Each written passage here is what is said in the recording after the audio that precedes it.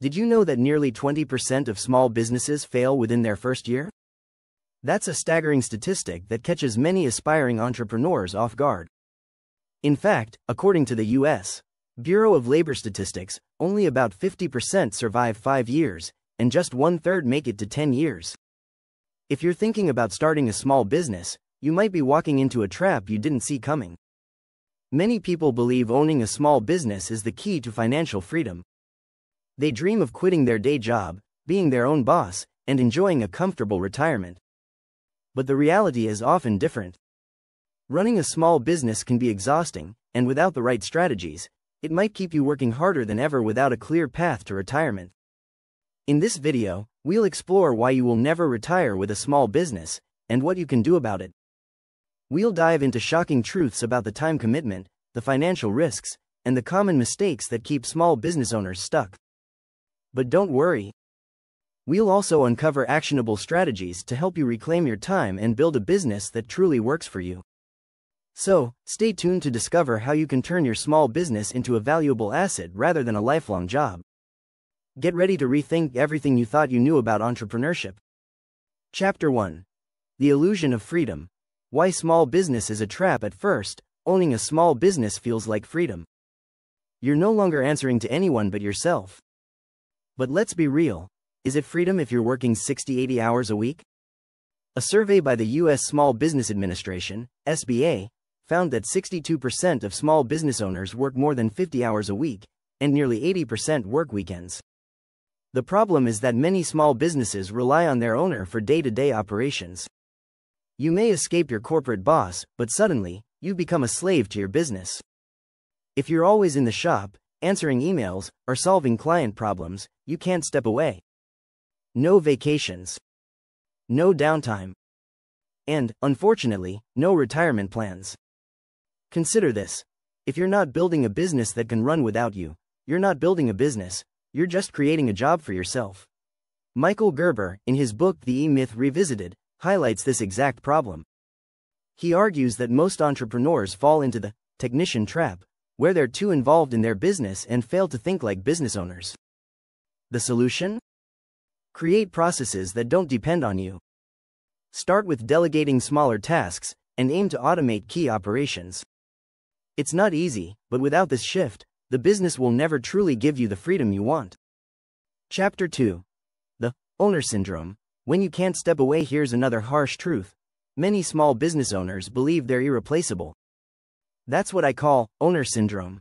You think no one can do the job as well as you, so you refuse to delegate. But the result is clear. You get stuck in the weeds, unable to scale, and burnout becomes inevitable. Research backs this up. According to a 2020 study by SCORE, a nonprofit that supports small businesses, nearly 70% of small business owners handle 3 or more roles within their company. This might seem like dedication, but in reality, it's a recipe for burnout. Entrepreneurs are great at starting things, but terrible at letting them go, says Gino Wickman, author of Traction. He emphasizes the importance of having an exit plan from day one, even if that exit is simply the ability to delegate and manage from a distance. The truth is, you must build a team that can run the business without you, or you'll never get a break. So, what's the strategy here? Start by hiring smart. Even if you think you can't afford it, the truth is, you can't afford not to. Look for people with skills you lack. Once you have the right team, trust them. Empower your employees to make decisions, so you're not the bottleneck.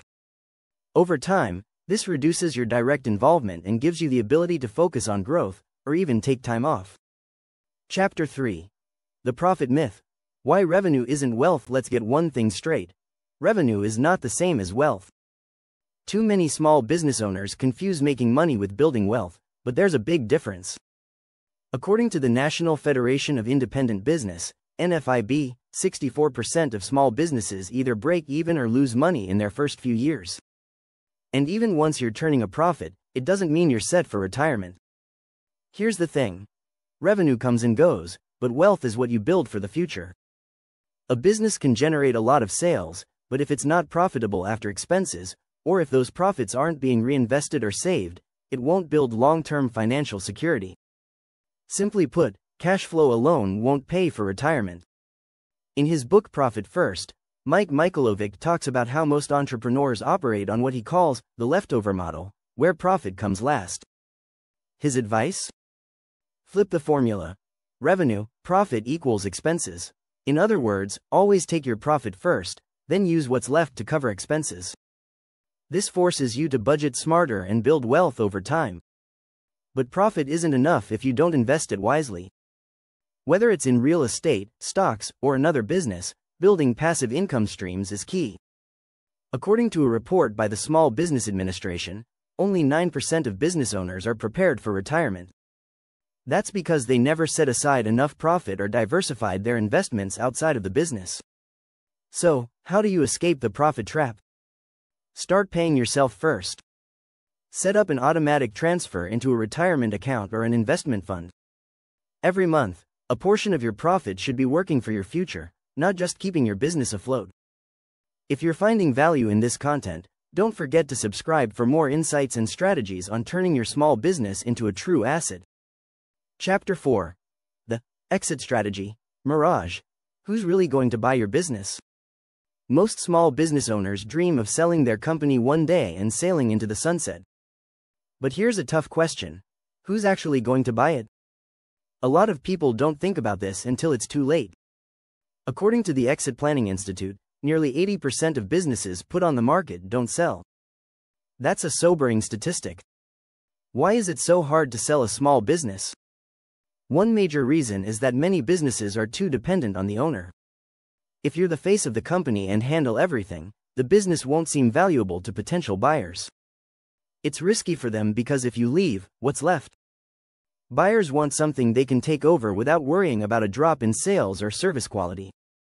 This is where building a sellable asset comes into play. A business is valuable only if it can run without you.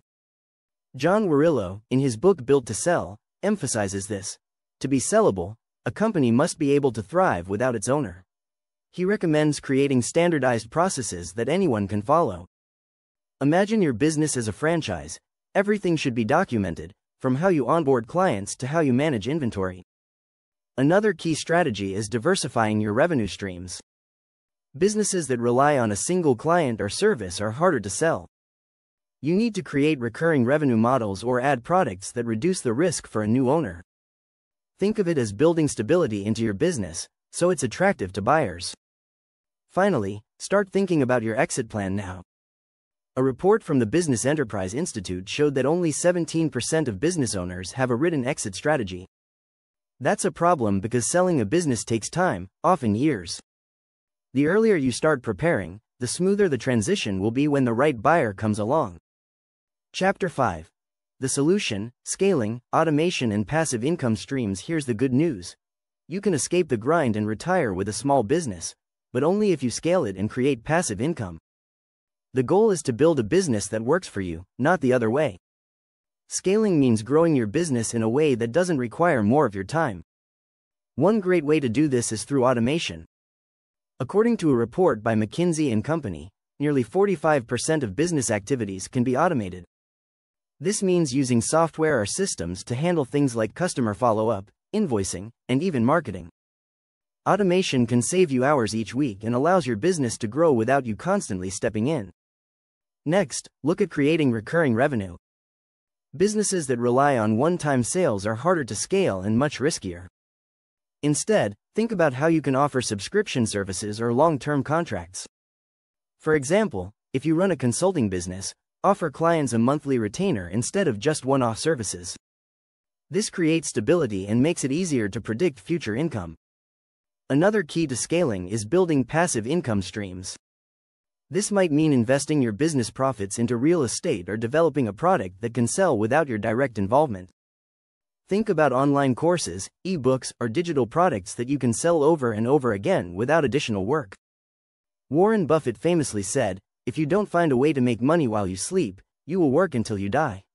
This is the heart of passive income, creating streams of revenue that keep flowing without you constantly working for them. Lastly, consider franchising or licensing your business model. If you've built a successful system, others may be willing to pay to replicate it.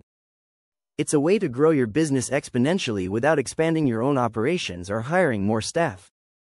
In the end, the only way to retire with a small business is to stop working in it and start working on it. You need to build systems that allow you to step away. You need to scale without burning out. And you need to create income streams that flow even when you're not around. Follow these strategies, and your business will serve you for the long haul, allowing you to finally retire on your own terms. If you've enjoyed this video, please subscribe for more insights and strategies that will help you transform your small business into a powerful asset.